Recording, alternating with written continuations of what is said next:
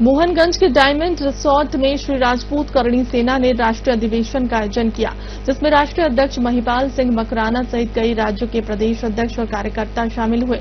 महाधिवेशन में देश भर से हजारों कार्यकर्ताओं ने हिस्सा लिया, जिससे करणी सेना के बढ़ते जनाधार और संगठन की मजबूती का स्पष्ट संकेत मिला। वहीं अपने संबोधन में राष्ट्रीय अध्यक्ष महिपाल सिंह ने ईडब्ल्यूएस आरक्षण को 10% से बढ़ाकर 15% करने की मांग रखी। उन्होंने कहा कि राजपूत समाज के मजबूत होने से ही देश मजबूत होगा, क्योंकि इतिहास गवाह है कि जब जब राजपूत कमजोर हुए हैं तब तब देश पर बाहरी ताकतों का प्रभाव बढ़ा है।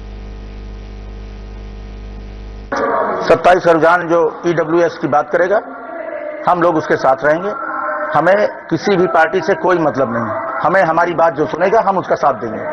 आज के इस अधिवेशन में कहां से सब लोग आए हैं? पूरे देश से लोग आए, बनाई जा रही है। पूरे देश से लोग आए हैं। हमारे राष्ट्रीय अध्यक्ष जी कार्य करने के लिए कार्य किस तरह करना है, किस तरह करना है, समीक्षा भी करनी है कि किस प्रदेश में क्या कार्य प्रदेश अध्यक्ष का हुआ। वो राष्ट्रीय अध्यक्ष जी हमारे इसलिए बुलाए गए हैं यहाँ पे पूछने के लिए। आगे की ईडब्ल्यूएस की लड़ाई है और हम लोग लड़ेंगे। अभी भोपाल में भी बहुत बड़ी रैली होने वाली है हम लोगों की, और इसी तरह पूरे देश में हम लोग आंदोलन करेंगे।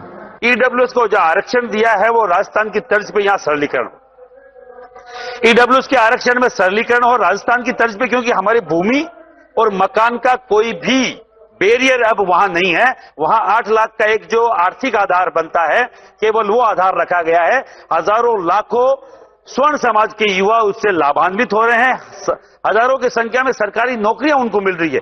10% का जो रिजर्वेशन है ईडब्ल्यूएस का, उसको बढ़ाकर 10 से 15% किया जाए, क्योंकि हमारे इसमें खूब सारी जातियां आती है।